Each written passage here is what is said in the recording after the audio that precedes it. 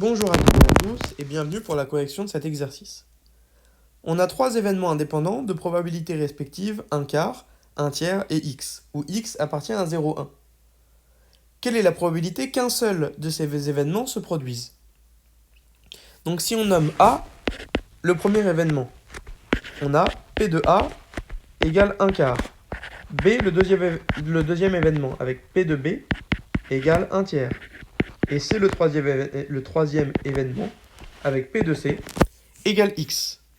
Nous, ce qu'on cherche, c'est qu'un seul de ces événements se produise, c'est-à-dire la probabilité qu'on ait A, mais pas B, et pas C.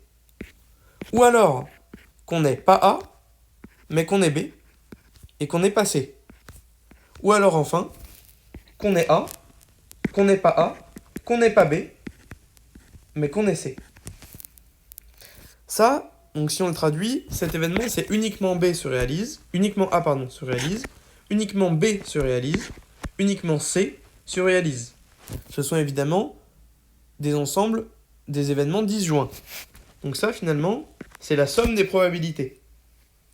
Donc ça, c'est P de A, inter B complémentaire, inter C complémentaire, plus P de A complémentaire, inter B, inter C complémentaire, plus P de A complémentaire, inter B complémentaire, inter C. C'est égal, puisque mes événements sont indépendants, je peux multiplier les probabilités.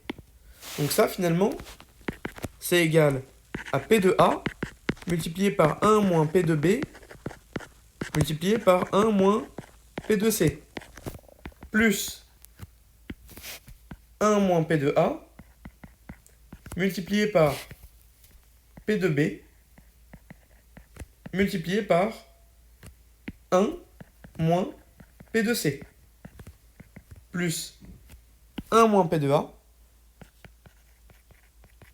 multiplié par 1 moins P de B multiplié par P de C.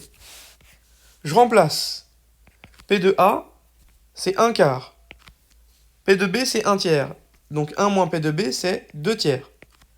Et P de C, c'est x. Donc 1 moins P de C, c'est 1 moins x.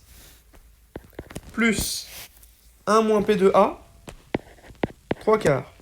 P de B, 1 tiers. 1 moins P de C, 1 moins x. Plus 3 quarts multiplié par 2 tiers multiplié par x. C'est égal à... Donc là, les deux peuvent se simplifier. J'obtiens 1 divisé par 6. Facteur de 1 moins x, donc moins 1 sixième de x. Plus les 3 simplifient. 1 quart moins 1 quart de x. Plus les 3 se simplifient, les deux aussi. 1 demi de x. Égale 1 sixième plus 1 quart. Donc 1 sixième et 1 quart, on a 2 en facteur commun. Donc là, je peux multiplier. Alors, c'est 1, 3 fois 2, plus 1 sur 2 fois 2. Plus x, facteur donc de 1 divisé par 2 fois 3, moins 2 fois 3, moins 1 quart, plus 1 demi. C'est égal, donc là le facteur commun, je peux multiplier à gauche par 2 et à droite par 3. Donc 5 divisé par 12 plus x, facteur de 1 demi moins 1 quart, ça donne 1 demi. Donc j'ai donc 3 moins 1 sur 6 égale finalement 5 douzièmes plus x divisé par 3. Et maintenant, on me demande s'il existe un x tel que cette probabilité soit égale à 1. Donc, on veut que cette probabilité soit égale à 1, c'est-à-dire 5 douzièmes plus x sur 3 égale 1.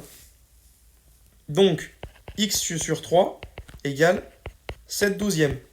Et donc, x égale 21 douzièmes. Mais ça, ce nombre-là, il est strictement plus grand que 1. Donc mon x n'appartient pas à 0,1. Finalement, il n'existe pas de x tel que cette probabilité soit égale à 1.